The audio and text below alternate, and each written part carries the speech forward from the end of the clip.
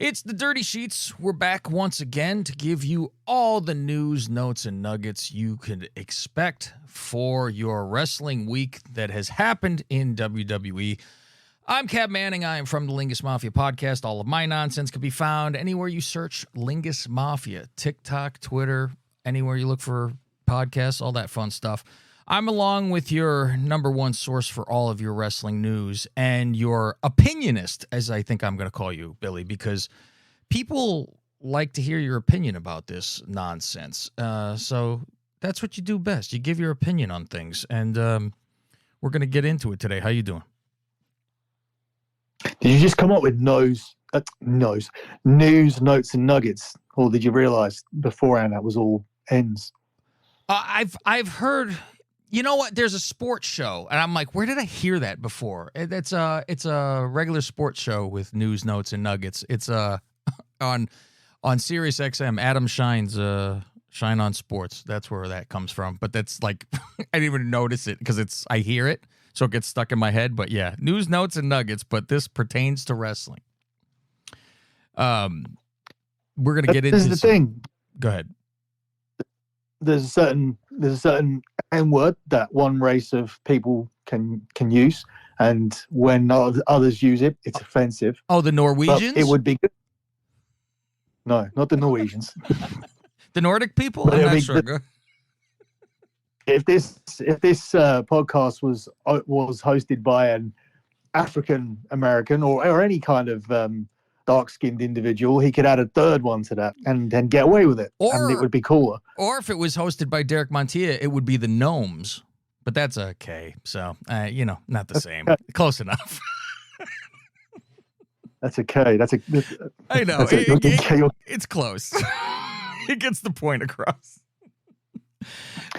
See, maybe it's not offensive if we add that last end to it and we claim it ends with the A. The A one, if it ends with A, it's not racist, is it? Depending who says it, I guess, because you still can't be white to say that. You get in trouble in a heartbeat. Eminem can't say that shit. He'll get killed. Well, if you just like whack it out really quickly, you're like, news, notes, and nuggets, nigga. and you bet. If you go right past it, no one will notice. There's that clip where Roman Reigns does it, where he goes. Have you seen that one where he accidentally says I don't think he says it, though. I remember watching that going, he doesn't say that. But then again, I mean, like, Samoan, you're allowed to get away with it for some reason. And I think anything other than white, well, maybe Chinese can't do it. That's ridiculous. But I've heard them do it. But I've seen, like, any other race. Like, I see Mexicans would say it all the time. I knew Mexicans that would say it constantly. Like I say, anything you say, depending how it is delivered, that is all that matters to me. Because if somebody says, I'll go my play with the Italian. If somebody says wop, if you say it with a smile in your fucking voice, it's a lot different than, saying it in fucking anger. Everything's like that. But people nowadays clutch their fucking pearls with no matter what the fuck is said. So I know Joe Rogan just got in trouble today for something he'd said. For what? He said something about, someone said on his show, it's all about the Benjamins, and they were referring to Jews.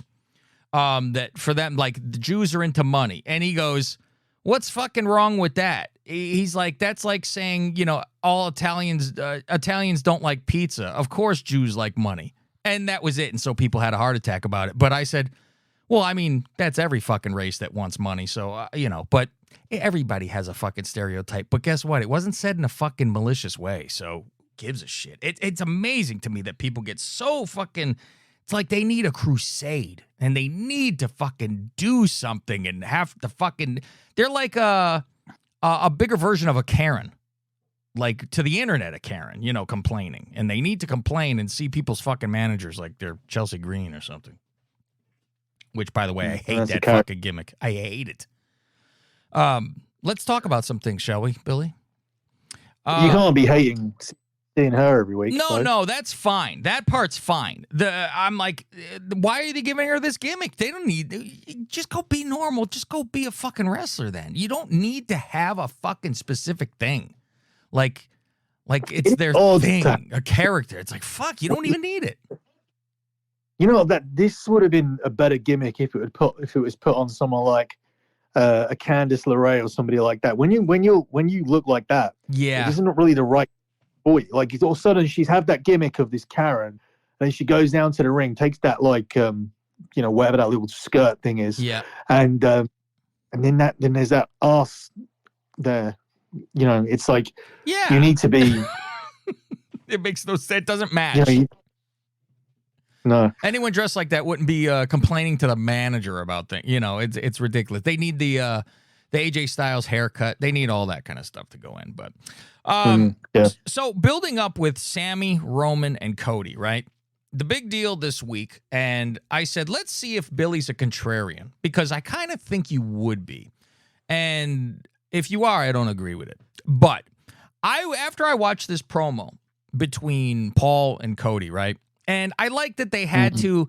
I appreciate the fact that Cody says, Sammy could win and whoever best man win, one of those things, because you have to. Because we know Sammy's not winning the world title. But you have to put it out there since we're in this and you have to pretend that it's going to matter. That promo, I don't know if I call it a promo, because I call it a promo / segment. Because a promo I would think is just one guy on microphone. The Hard Times promo. That's promo. Punk on the stage. That's promo.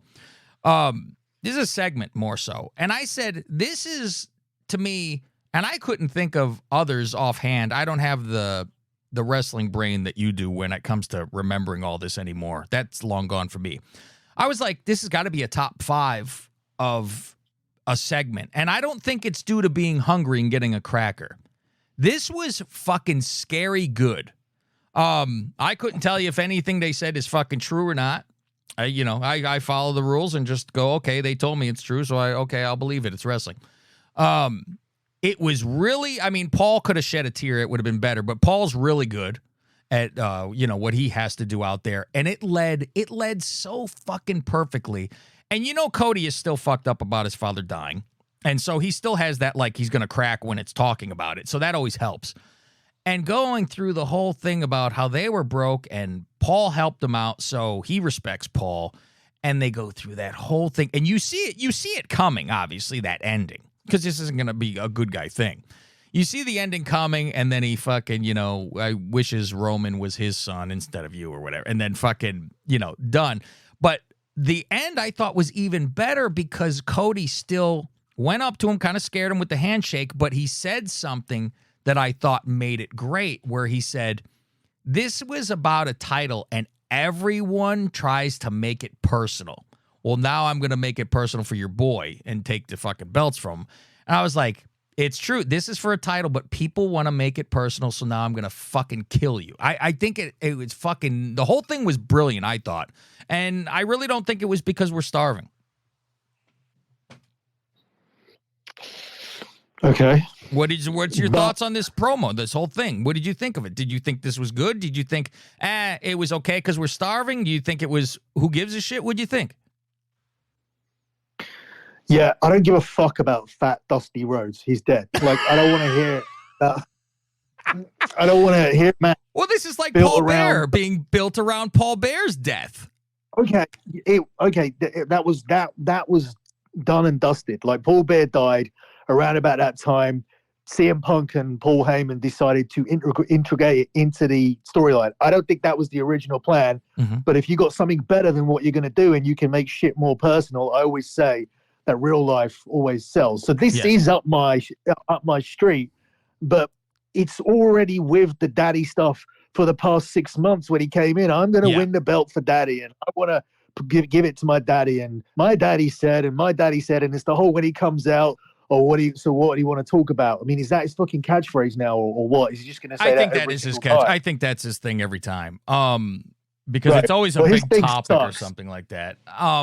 His thing sucks, and I don't want him to be, and I don't want him to be the champion. And he doesn't look like a champion. He looks like a skinny blonde dude. Looks like fucking Eminem. Eminem from fucking from his peak from between the early 2000s. So he doesn't work for me. I don't like his promos. I don't like the fakeness about it. I don't like the crying. I don't like his wrestling. Like, I don't want to see this guy win the title. If this is the end of Roman Reigns' title reign to this guy, it's massively disappointing. However, like, he comes in. He is over for sure. Oh no, he's not. You don't think the crowd is big time on him? He got a big return. We went straight into a feud with Seth Rollins, who can get you over.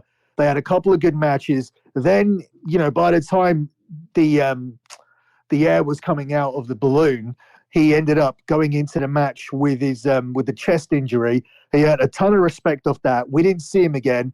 He's got the pop from the Rumble, and then he had the pop the next night. And last night he gets to going there, and he's carried by Paul Heyman. This is not going to last. If you look at Friday, and that is a guy who's red hot right now. I'm not saying he should be the champion or that he should win or anything, but if you're asking me right now, and you say to me, you got two tickets to Montreal, you got 2 tickets to WrestleMania, I would rather go to Montreal. I've always wanted to go to Montreal. I think the card's hotter. You get Brock and Lashley on that card anyway. You get the chamber matches. And obviously, then you get the Sami Roman match, which is going to be hot, even though what the finish is going to be. But I don't mind Roman Reigns coming out as a nuclear heel with a win in Montreal. Reminds me of Shawn Michaels coming out of Montreal with nuclear winning as a heel. So that's all good. But then you go over to WrestleMania and you're going to be fucking building this up, this whole thing between the Rhodes and the Annoy family or whatever it's going to be, and it's going to be this every single week. Yeah, this is good. This is great, but it's the wrong person for it, and I'm not interested in him personally. And I'm tired of shit being built up around Dusty Rhodes. I don't care about Dusty Rhodes. Dusty Rhodes did nothing in the WWE. Nothing. He wore yellow. He wore yellow polka dot. Yeah, go on. He's one of those beloved figures, though, because I would almost say the same thing. Sure, Flair won the title over there, but he's not WWE guy. I would never Rhodes put Flair over there. Well, sure. I mean, yeah, but for the teaching-wise and all that stuff. He's not in the same breath as Ric Flair, because when he came over, he wasn't booked like a Ric Flair. At least Ric Flair was Ric Flair, and it was the whole thing of like, oh, it's Flair and Hogan are in the same company, and look at all these guys he gets to work with and touch. I mean, if Rhodes was so big, why didn't he work with Hogan? Why didn't he turn heel to work with Hogan? Why didn't he, he never got in there with Hogan, Warrior, anybody. He had a feud with Macho Man and Honky Tonk Man and Ted DiBiase, and that was it. Like, he wasn't at that level. Like, it's cool, not that the WWE saw him at. And I don't care what he did in AWA or NWA or WCW. I don't fucking care what he did. And I don't care about who his kids are. Like, as far as I'm concerned, Goldust has had the more entertaining run than all of these guys, because when Goldust was a heel, like, he had fucking nuclear heat. Yeah. When he was doing that thing, that was some attention-grabbing, fresh, unique shit that no one had ever seen. And the fact that it got under the skins of people so much that people didn't even want to work with him. Like, Scott Hall didn't want to fucking go into the ring with him, and they had to actually scale it back after the the backlot brawl and all that stuff, and they got complaints that he gave mouth to mouth with Ahmed Johnson, and suddenly, like, they began to scale the character back in late '96. But at its peak, that was the most controversial thing that I know that came from and the most memorable thing that came from the Rhodes family. Now, granted, Dusty Rhodes is not in my age, not in my age group, not in my age bracket for him to be a big deal to me. But at the same time, I do look back and recognize who the big deals were in WCW, because I didn't watch it necessarily, but he was even before that. So he's 80s WCW, nothing to do with WWE at all. So Cody's legacy and Cody wanting to win this title isn't even really linked to WWE, because this whole thing that they've made up of Dusty wanting to win the WWF title. Well, why didn't you? Dusty Rhodes is linked to the big yellow belt the big gold belt, sorry, which means that's the belt that Cody should be pursuing, but it doesn't exist because it's not in this company. So what we have is we have a guy who's Dusty Rhodes' son that failed here with a million gimmicks last time, including Stardust and dashing Cody Rhodes, and he went off and he went on to the independents, got all the marks over, all the marks and the bums and the losers that we hate are like behind this guy. He went to AEW. They decided that they would keep stalling his push because they kept signing ex-WWE guys, and they went into feuds with Cody Rhodes and kept trading off wins because that's the level that Tony Khan saw him at. And then we bring him back in here, and he's headlining WrestleMania, and he could potentially win. I don't buy it. I don't like it. I don't believe in it. And I'm not interested. The one thing I do believe that's going to happen is, like, I'm really waiting for the crowd to turn on him because I thought they wouldn't like him from day one. And I'm very shocked that they're, like, as hot for him as they are. And I think the wrestling with the torn pec helped too. He got a good presentation, and the pec was, you know, the pec rejuvenated him. But at the end of the day, I find him to be very disingenuous. It's like when Cena was getting under people's skins, but without even being like over pushed at this point. He's not over pushed like Cena was. And the thing is with Cena as well, is that there was a evolution, like almost a marketing strategy where they pulled him back from the rap gimmick that got him over. He was a heel rapper who then did the same raps. Remember, Cena's babyface turn was very subtle. It was like he didn't change. He was insulting people with raps, and he just evolved from from face to heel, right? Yeah, that was it. And then suddenly he won the belt, and it's like the champ is here, and the hat went forward, and he wasn't a rapper anymore. All that shit. Yeah, that was no. He was in rainbow shirt wearing goof. Like, but the fact is that he became a character that was orientated towards kids. And I mean, not saying it happened overnight, but as it continued to happen and people saw that, you know, the Cena, the Attitude Era version of Cena, which, you know, just came off the Attitude Era, was kind of devolving. We ended up with him getting mixed reactions, and the people that continued to cheer were not in our age group. They were younger kids, girls. But Cody kind of reminds me of a white meat Cena and a white meat Roman, and it's just like I get he's getting cheered at the moment because he did that thing where he proved himself on the independents, but you need to have an actual personality to go with it. I mean, and I think that, like, look, we saw this with Drew McIntyre. Drew McIntyre got built up, he got a push, he won the belt, and he didn't change anything. Yeah. Like, he didn't do anything. There was nothing about Drew that made you say, like, God, he's my favorite wrestler.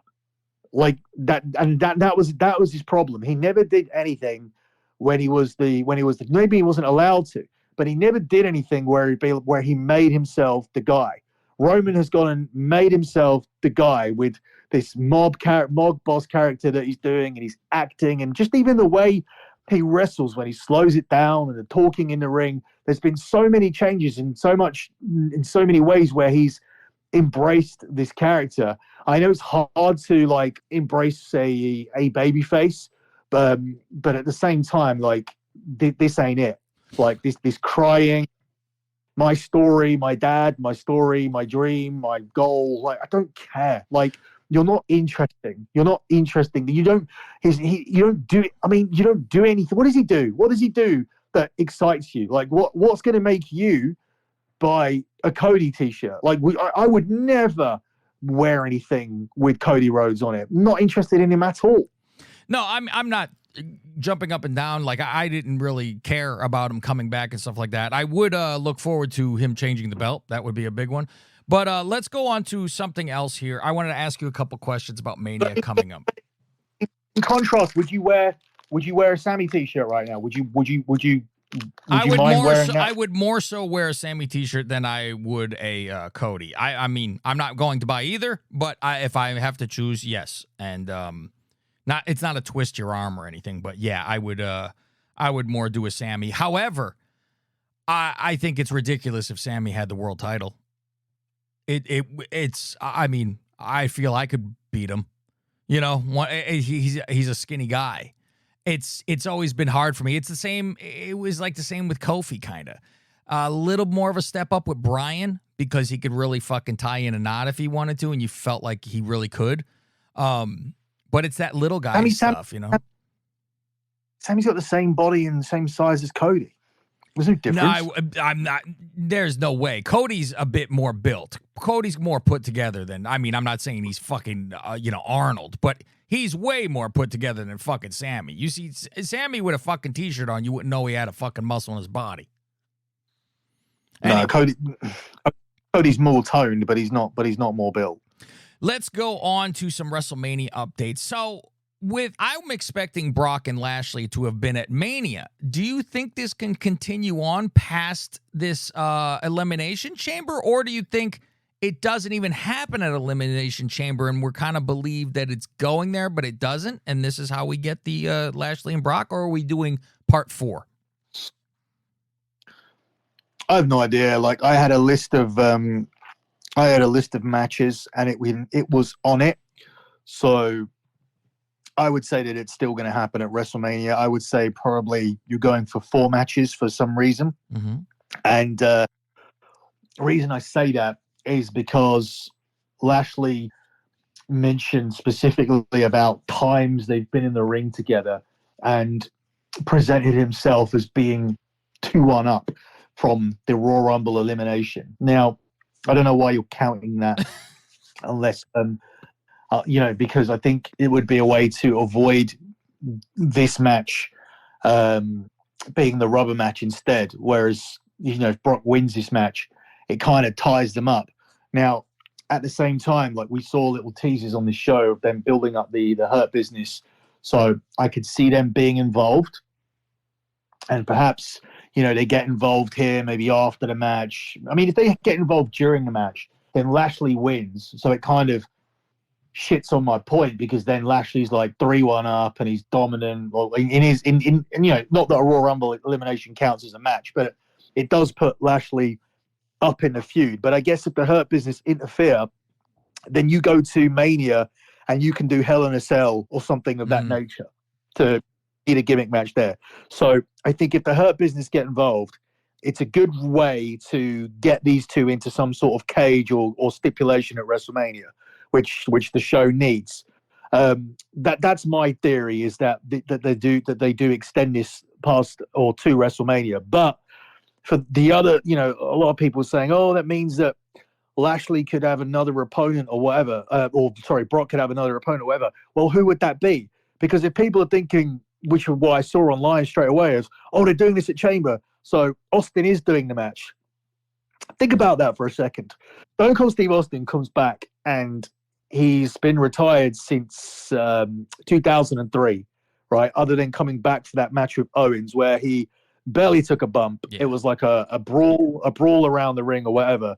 So he says to the WWE, hey, I survived that.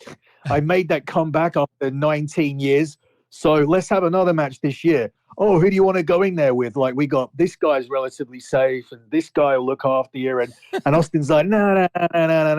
Why don't you put me in there with Brock fucking Lesnar, and it'll take me to Suplex City, and we'll test that fucking neck out, shall we? We'll test that fucking neck out with as many suplexes as possible. Like, how's that going to work out? Is that a logical opponent for Steve Austin to choose, to take German suplexes on a neck that he retired because of in 2003? Is that what you would do off the back of having one comeback match? You now decided that you're going to go in there with Lesnar. There's no way that's the direction that they're going in. So that's why I think there'll be a 4th match. I know that Steve Austin's preferred opponent and somebody that he felt like that would be able to get a match out of him without him having to take too many risks was Rollins. And now Rollins is going up against Logan Paul. Mm-hmm. I can only assume that Steve Austin isn't wrestling and is probably just doing a bit on this show. But listen, you don't know until it actually happens. I mean, he could go in there and do a match with Pat McAfee, or he could go do a match with somebody who some young talent who puts him over in a few minutes. Yeah, there's loads of different ways that you can still go. I wouldn't write him off completely, but I would write off Brock Lesnar because I just don't think Steve Austin. He's not going to want to do another brawl with Brock Lesnar. Like there's going to have to be physicality and suplexes in there. Otherwise, it doesn't look like a Brock match. That is what a Brock match looks like. So I'm not seeing Austin putting his neck through that match. We saw on Monday we had Bailey and Becky in a cage, and it ended up with Lita coming out. So I'm assuming we're going to be getting Bailey and Lita. What do you think Becky's going to be up to? Or is she doing this? Or is there going to be a tag match with Lita, Trish, Becky versus Damage Control? Is that possible? Yeah, I think that's the direction for Montreal. Okay. For Montreal, it will be, because that's where Trish will get the big pop and whatnot. Okay, so what do you think Becky's going to be doing at Mania? I have no idea. I think maybe. What do you think? Because I always see I'm like, push this past Elimination Chamber and do this at. I mean, Elimination Chamber's in what, a week from this weekend? Don't push this Trish and Lita and this. I'm like, put that thing at Mania.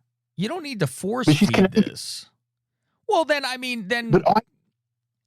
we haven't seen Trish either, so she'd have to show up on Monday, and we'd like, oh, this Saturday Trish is wrestling. It's not that big of a deal. It's not that big of a deal. Like, it's Trish. She wrestles in Canada. It's a little 6-woman tag.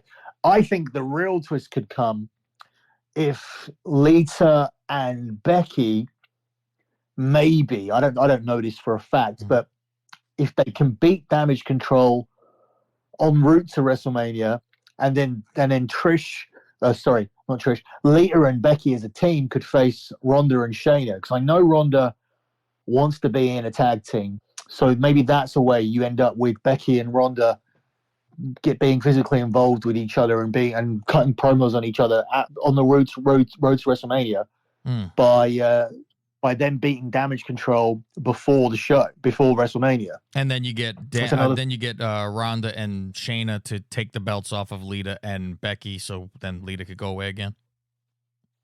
Yeah. Yeah. So we've always thought, at least I have, that it's going to be that tag match with Edge and Beth against Finn and Rhea, right? And now it seems this is going to be at the Elimination Chamber. Any thoughts on where Edge might be going here? No, because you do that tag match here because Rhea Ripley's wrestling at WrestleMania for the belt. So you would think that this essentially ends the feud, and you can't put Edge with Ray and Dominic again, because you'd think they're going to have a singles match. So yeah, I would think that maybe you do something like Brood Edge versus Demon Balor in some kind of gimmick match. That works. Or Priest? Is that WrestleMania worth? Priest. I don't think that's a WrestleMania match, though. But he's already going to go through Finn, so maybe he goes after Priest now. He got to go through each one of them, right? He's not going through Finn by winning a mixed tag, which I think they'll lose anyway. I think Rhea Ripley will pin Beth, so because she can't take a loss right now. That would be strange. Unless it's by the hands of Priest, and then he gets Priest for Mania. But he's beaten Priest on Raw in Canada, in Toronto. He beat Priest in a televised match. He's 0-1 to Balor and could be 0-2 here. Okay. So I think that's the match. But the thing is, with bringing that Demon out, it's a babyface-ish kind of character.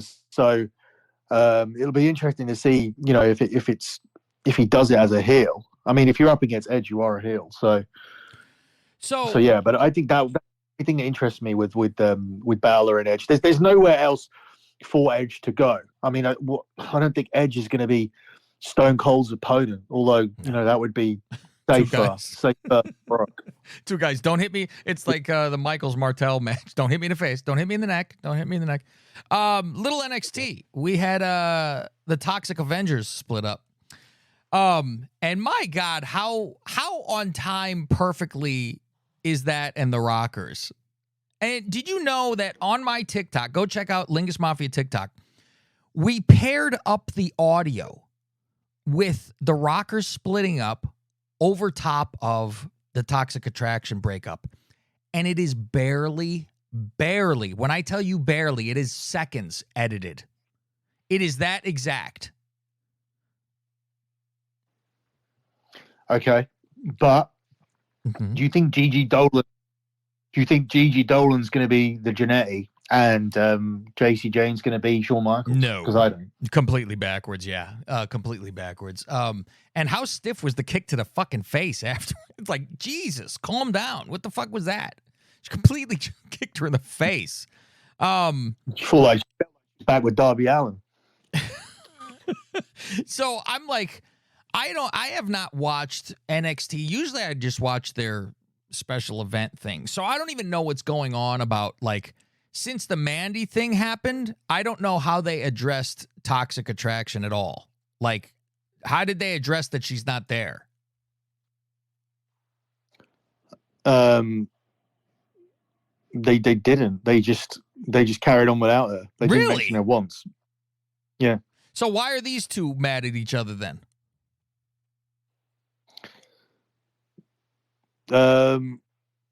Because they challenged. God, you don't watch this show, do you? No, that's what I'm saying. Give me the little rundown of why they were having a problem.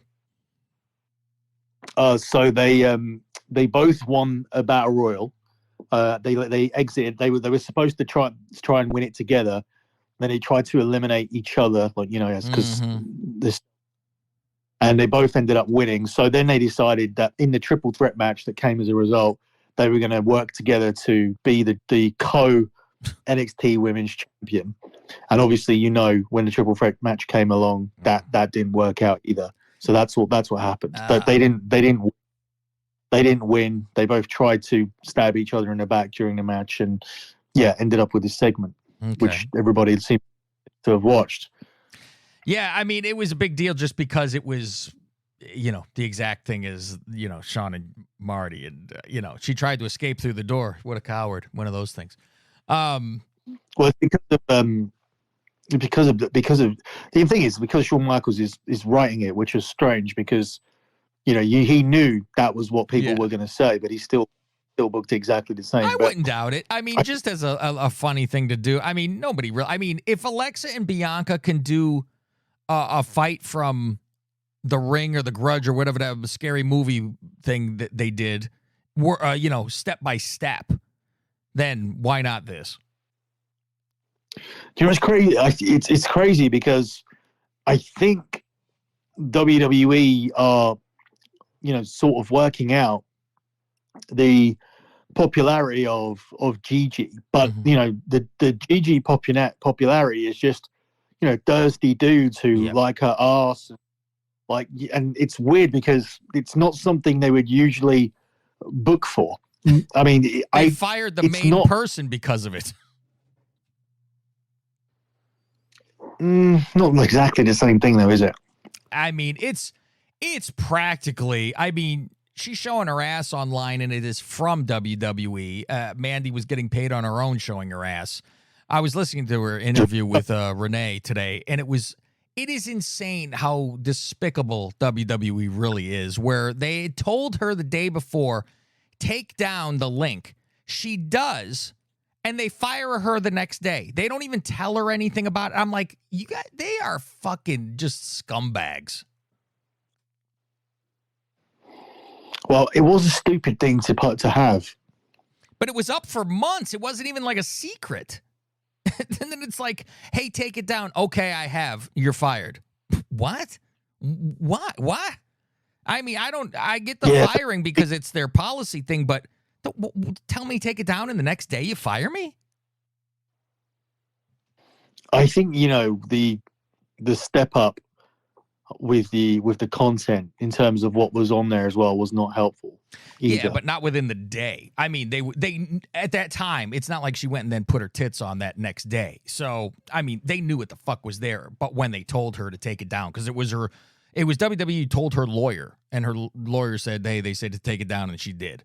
So, one last thing before we get out of here, Billy, I had a question of what you might think they might do, or if you do know for a fact. I don't know if you do. What's going on with this Corbin character? Do you think this whole time they were going this way and expected this, or do you think they really thought this JBL thing would work and then they said, uh-oh, it's not, let's get out of here? I'm kind of thinking they planned it to suck, because they gave up on it real quick. And, I mean, they could kind of just make somebody win for a while and push them, and they really didn't. It was like one win, and then he lost everything else. It's weird because, I hear that a lot, and WWE kind of put that excuse out there on documentaries, and, you hear Bruce Pritchard when he talks on Something to Wrestle With, and historically they always say this wasn't getting over and this wasn't getting over, but the way things get over is you do what you do with Roman Reigns. Like, you make them win. you make them win, yeah. So, how could this get over if he wasn't winning matches? He was winning some matches. I but think when he won like the first two. And then it was like they had him just lose, where I'm like, book him strong then. I mean, it is hard, though, like they say, where if you lose too much, then you're kind of dead. And it's rough now because you go, how many times is this going to be repackaged? My whole thought was he goes back to the lone wolf. It's a little rough without the hair. Go back to that lone wolf. Don't even talk to anybody. Go through, have those quick fucking just dominating matches. Even go straight to fucking NXT and just show up and beat fucking Braun Breaker right off the bat. Boom, done. Take that belt so Braun can get the fuck out of there, because that's not working, I don't think, over there. That's a force feed, it seems to me. But let him go fucking build himself up in NXT again and just be the old character. Yeah, I mean, I broke the story of it happening.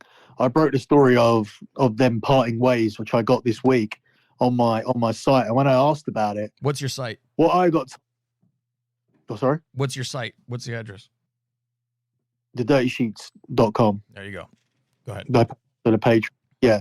So I broke it on there, thedirtysheets.com. And I broke the story about how they were going to be parting ways. But obviously, when I get stories, sometimes I try and ask up a follow-up question, which was in my write-up. And essentially what I got told is that they thought that Corbin was being overshadowed by JBL, and it was time to part. Wow. It was time to part ways. In addition to that, like, one of the ideas was for JBL, who's actually real life friends with Triple H, to bring a anti-woke rhetoric to TV, and similar to how he is in real life, because obviously he's friends with Triple H, and Triple H knows how he feels politically, how he feels about certain things, probably the same way I feel.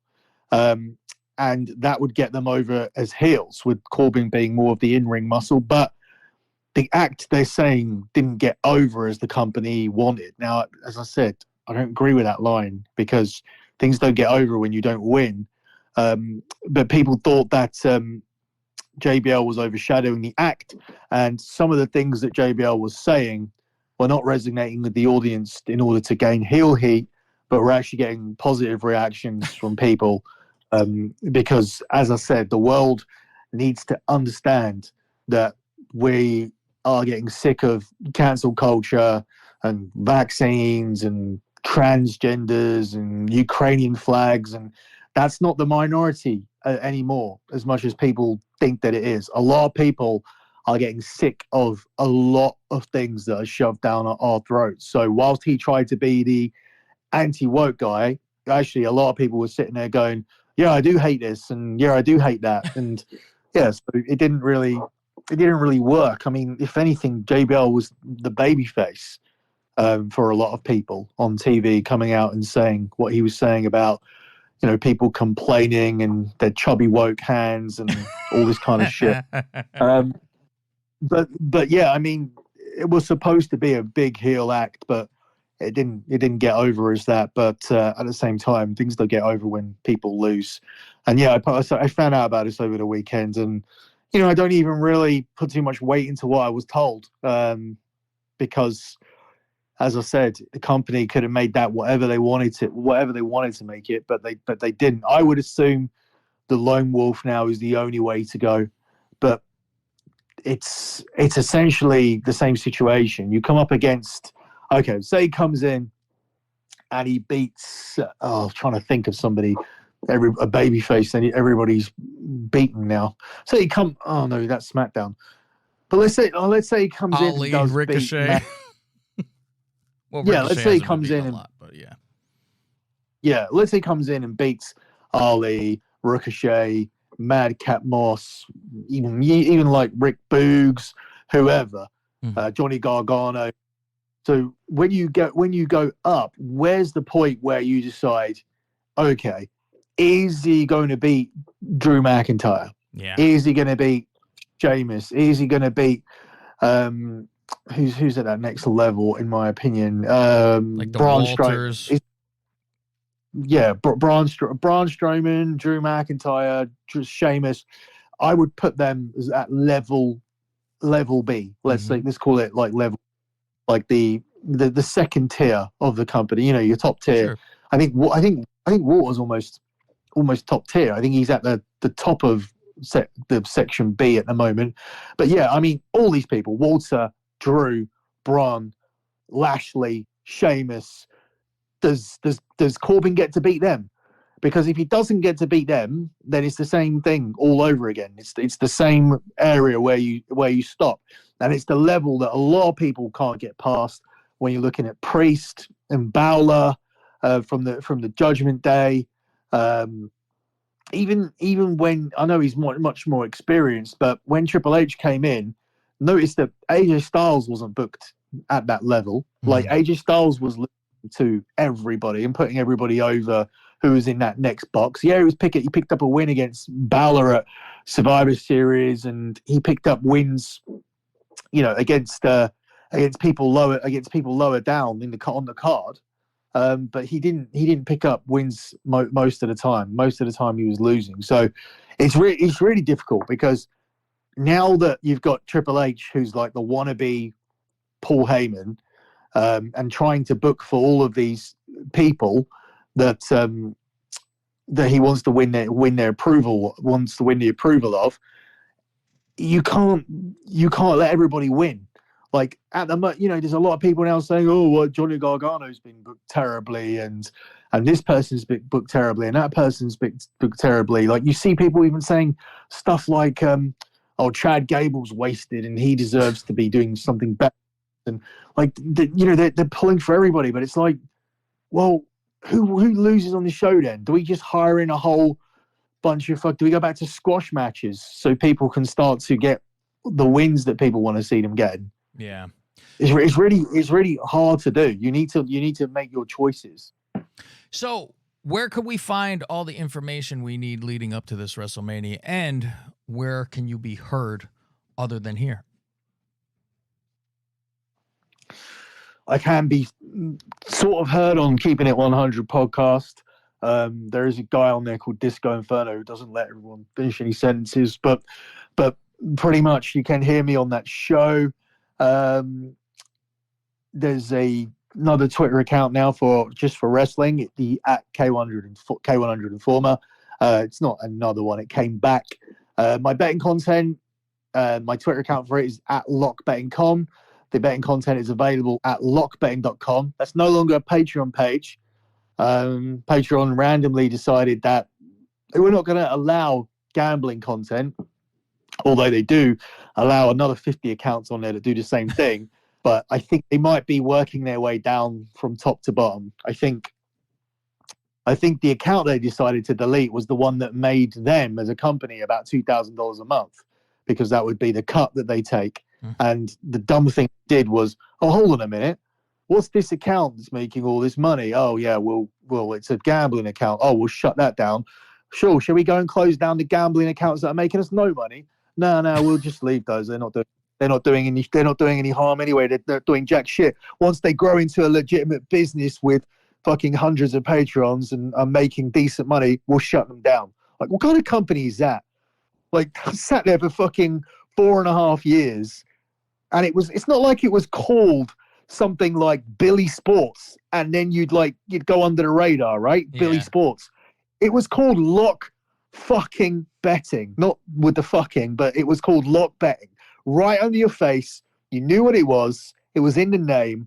So for me, that's not an excuse. I feel that it's come more about the, looked into me, and it's like anti-vax, anti-Ukraine, anti-trans, opinionated person on their platform, and they decided that let's just fucking make an excuse because we're in San Francisco, which is Pussyville in this world, and that's what they do. Like, everybody there is a fucking. Is that where Patreon is located?